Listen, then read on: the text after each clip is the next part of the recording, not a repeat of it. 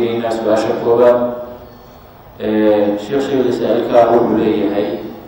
دينك لقاطو سفاريكم مريبا بسماعها. بسم الله الرحمن الرحيم والصلاة والسلام على رسول الله. ما بعد طبعا دينتا waxaan u marinaya waxaa laga wadaa markii wixii kugu jiray telefoonku ka dhamaado inaad isticmaashaan aad u baahan tahay lacag boqola aad beentay noqotaba inaad dalbato nambarkii xiriirka loogu talagalay 90 lagu siiyo hadhowna boqol lagaa goosto saasaan filayaa taa in looga jeedo ama 50 lagu siiyo hadhowna 45 lagu siiyo 50 lagaa goosto maanaa 5 ama boqolkiiba 10 lagu saarto ama lagaa goosto hadday taa tahay midda loo jeedo markay dayn noqoto haddii lacag la daynto ka badanna la bixiyo shaki ma laha waa ribo laakiin waxaa u baahan inaan isweydiino waxaan la dayntay ma lacag baa mise waa service iyo khidmad weeye sideedaba lacagta telefoonkan ku shubanee lacag baa kaarka ku qoran la yiraahdo 100 shilin baad wadataa kaar 100na waad gadatay lacag baad lacag ku gadatay dee 100 hadday tahay lacagtaadi waad wadataa ee maxaad isaga gadaysaa markaad taa suuqa tagto tan kaashkaaba kaaraad soo gadato 1 shilin baad dhiibtay kaar 1 shilin ku qorantaa lagu dhiibay ma 1 shilin baad gadatay 1 baad ku bedelatay mise khidmad 1 shilin u dhigantaad gadatay haddii la yidhaahdo lacag baa la gatay 3 xaalo isku mid bay noqon tan keliya maaha middan hadda aan sheegnay waxaa lamida dadka dealerska ah Safaricom dealers kaarkan ay keenayaan suuqay ka gadayaan dadka ee 100 shilina iyaga shirkadu ma 100 bay ku soo siisaa 100 baa lagu soo siiyaa haddii 100 lagu soo siiyo ay soo qaadaan oo kharash kaga soo baxo ay dukaan ku gadaan maxay ka faa'iidayaan iyaga qiimaha ku qoran ka yar baa lagu siiyaa hadda nin bal meesha meel ay wagashaba ama xeer siman ha lahaato ama waqti waa isbedbedelo qoladaasi qiimihii ka yar bay ku soo gateen masaladaa iyo tan isku mid weeye waxaa saddexaad oo lamida markaad tuulooyinka tagto kaarka 100 ah ninka magaalada ka gaday ee tuulada dukaankiisa geeyey ee kaarkii 100 ahaa 100 ku gatay tuulada muxuu ku gadaa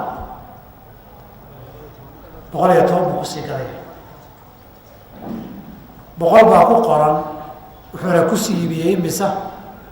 110 hadday waa shilinkii iyo wixii lacag lagu gaday tahay 100 baad iga iibisay 110na baad iga qaadatay soo ribo ma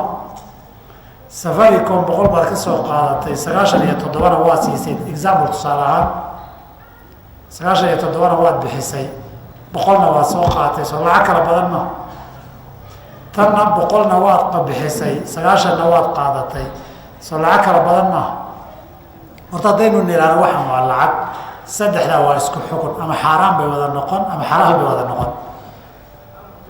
ama xaraam bay wada noqon